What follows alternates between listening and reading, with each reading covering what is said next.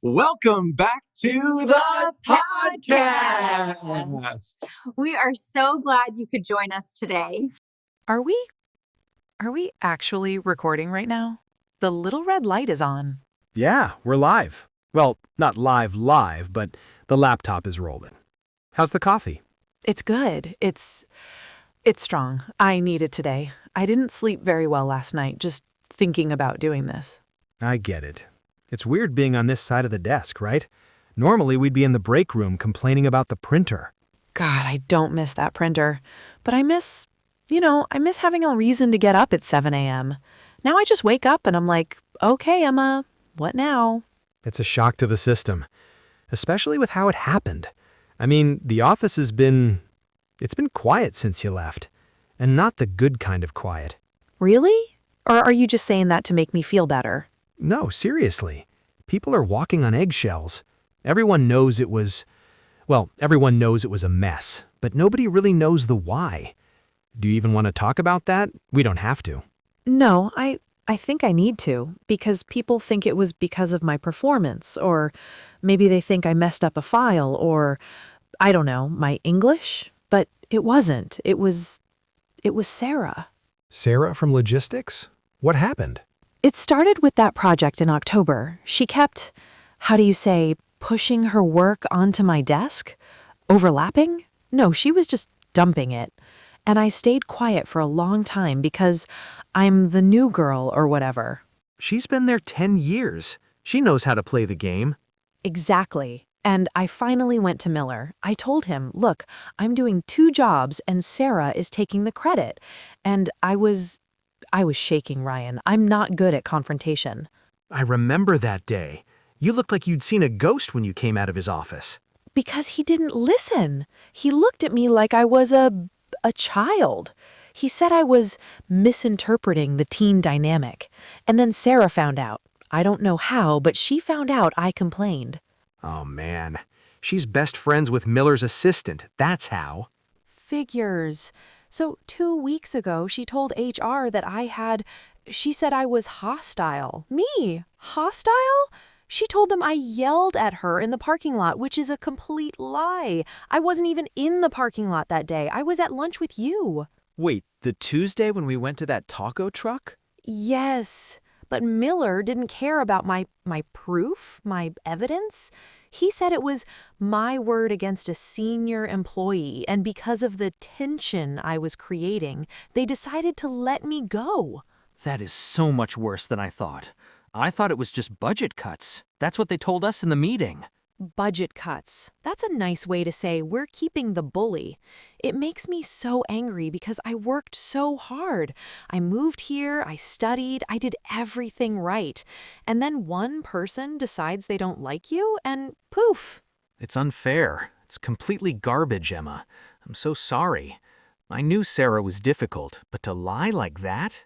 I felt so small, Ryan. Walking out with my box, I felt like I did something wrong. I started doubting myself. I was like, did I say something? Was my tone wrong? You know how I get when I'm stressed. My accent gets thicker. And I thought maybe they just didn't understand me. No. Hey, look at me. Your English is fine. Your tone was fine. They understood you perfectly. They just chose the easy way out instead of the right way. Thanks. I needed to say it out loud. I haven't even told my mom the whole truth yet. I just told her the company was struggling. You'll tell her when you're ready. But for now, I'm glad you told me. And I'm glad we have these mics. Better than Miller's office, right? Way better. And the coffee is better too. True. Actually, I think I burned the beans a little, but don't tell anyone. I knew it tasted a bit smoky. It's got character. That's what I call my mistakes. But seriously, Emma, after Miller told you that in the office, did you just walk out or did you try to fight it right then? I couldn't fight. My throat it closed. You know that feeling when you want to scream but you also want to cry, so you just do nothing? I just nodded. I think I even said, thank you. Can you believe that? I thanked him for firing me. It's the shock. Your brain goes on autopilot. I would have done the same thing. Probably would have offered to clean my desk twice just to stay busy. I did. I spent like 40 minutes cleaning. I even wiped down the phone. And the whole time, Sarah was sitting just 3 desks away, typing. She didn't even look at me. She was humming, making a little song. Humming. Yeah, she does that when she's winning. God, I can hear it now. It's like a paper cut in my brain. It was so cruel. And the worst part was the walk to the elevator. You were in that meeting with the regional guys, so I couldn't even say goodbye. I just stood there with my box, and the security guard, the tall one, Mike, he looked so uncomfortable. He kept looking at his shoes. Mike's a good guy. He probably knew it was BS, too. Word travels fast in that building. It does, but it's lonely, Ryan. Coming home to an empty apartment at 3 p.m. on a Tuesday, I just sat on the floor. I didn't even take the things out of the box. I just watched the sunlight move across the wall until it got dark. Did you call anyone? Your sister? No, I didn't want to be the failure. Back in Mexico, my family thinks I'm like the CEO of the world.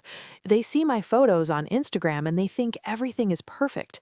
How do I tell them I got fired because a lady in logistics didn't like my face? They wouldn't see you as a failure. They'd see you as a victim of a crappy boss. There's a difference. Maybe, but here everything is tied to your job. Your visa, your apartment, your dignity. It feels like if I don't have a desk to sit at, I don't exist. That's the American trap, Emma. We define ourselves by the 9 to 5. But you're more than a spreadsheet or a logistics report. You're the person who taught me how to actually enjoy a lunch break instead of eating a sad salad at my monitor. That salad was really sad, Ryan. It looked like grass. It was grass. It was basically a front lawn in a plastic bowl. See? You saved me from that. I guess, but now I'm the one who needs saving. I've been looking at LinkedIn for 3 days straight. The words are starting to blur. Dynamic self-starter, team player, must handle high-pressure environments. It all sounds like Sarah. LinkedIn is a horror movie disguised as a networking site. Don't let it get in your head. Have you actually applied for anything yet? 2 things, but then I stop. I look at the requirements and I see native level fluency and I freeze. I know my English is good, but what if the next boss is like Miller? What if they hear one mistake and think, oh, she's not smart? Emma, look at me. You are smarter than half the people in that building, Miller included.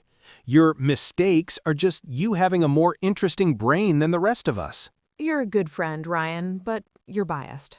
I'm not biased. I'm observant. There's a difference. Do you think she planned it from the start, Sarah? Honestly, yeah. I think she saw you coming in, doing the work faster than her, being liked by the clients. She felt threatened. People like Sarah, they don't like when the new girl shines. They want to be the only light in the room, even if they're just a 40-watt bulb. I just wanted to do a good job. I didn't want to shine. I just wanted to belong. You did belong. You still do, just not there. That place it was becoming a swamp anyway. I'm thinking of leaving too, you know. Wait, really? But you've been there forever. You're the anchor? Anchors just keep things from moving, Emma. I'm tired of being stuck. Watching them treat you like that, it changed things for me. I look at Miller now, and I don't see a boss. I just see a guy who's scared of a woman in logistics. It's scary, though, leaving, being out here, in the wild. It is, but that's why we're doing this, right? This weird little podcast in my messy living room. It's better than talking to the walls. It is. I felt heavy when I walked in here today. My heart was like a stone, but now it feels a little lighter, like maybe I can breathe. That's the coffee kicking in, or the lack of Sarah humming. Definitely the lack of humming. You know, we should probably talk about the parking lot incident again. I want to make sure I have the details right, just in case I ever get the chance to accidentally mention it to HR. No, Ryan, don't get in trouble for me. I'm not getting in trouble. I'm just clarifying the timeline. I'm a very helpful employee, remember? You're a terrible liar. I am a great liar. I told my mom I liked the sweater she knitted for me last Christmas. The one with the cat? The one with the cat that had 3 eyes. Yes. Okay, maybe you are a good liar. See? Anyway, tell me about the day after, Wednesday, the first day you didn't have to go in. Oh, that was the worst. I woke up at 6:30, force of habit. I put on my work clothes. I even put on my mascara. Then I realized I had nowhere to go. I sat on the edge of the bed for 20 minutes, just staring at my shoes. What did you do? I went to the park. I sat on a bench and watched people walking their dogs, and I felt jealous of the dogs. They looked so happy. They don't have KPIs. They don't have managers. I've always said I want to come back as a golden retriever in a middle-class suburb. That's the dream. It really is. But then a little girl came up to me. She asked if I was okay. I must have looked, I don't know, tragic? What did you tell her? I told her I was just taking a very long break. She gave me a sticker, a dinosaur sticker. I still have it on my phone case. Let me see. Is that a T-Rex? It's a brontosaurus. See the long neck? Nice. It's a sign, Emma. Dinosaurs survived for millions of years. You can survive one bad week at a mid-sized logistics firm. They didn't survive the asteroid, Ryan. Okay, bad example, but you're the asteroid in this scenario. You're going to hit the market and change everything. You are so, how do you say, full of it. Full of encouragement? No, that's not the word, but I'll let you have it. Thanks. Seriously, though, what's the plan for tomorrow? No sitting on the bed for 20 minutes. I'm going to a coffee shop. A different one where nobody knows me. I'm going to open my laptop and I'm going to rewrite my resume from scratch. That's the spirit. And if you need a reference, I know a guy. He's a bit of a nerd, he burns his coffee, but he thinks you're the best hire that company ever made. I'd like that. Done. Now, let's get some more of this smoky coffee and talk about something else. Like, why you think that one guy in accounting always wore a bow tie on Thursdays? Oh, Mr. Henderson? I actually know the secret to that. No way. Tell me. It was for his wife. Every Thursday was their date night, and she told him he looked like a movie star in a bow tie. Wait. That's actually really sweet. Now I feel bad for making fun of him. You should. You're a mean person, Ryan Turner. I'm a monster. A coffee-burning monster. A monster with a podcast. Exactly. Episode 1 done? Yeah, episode 1 done.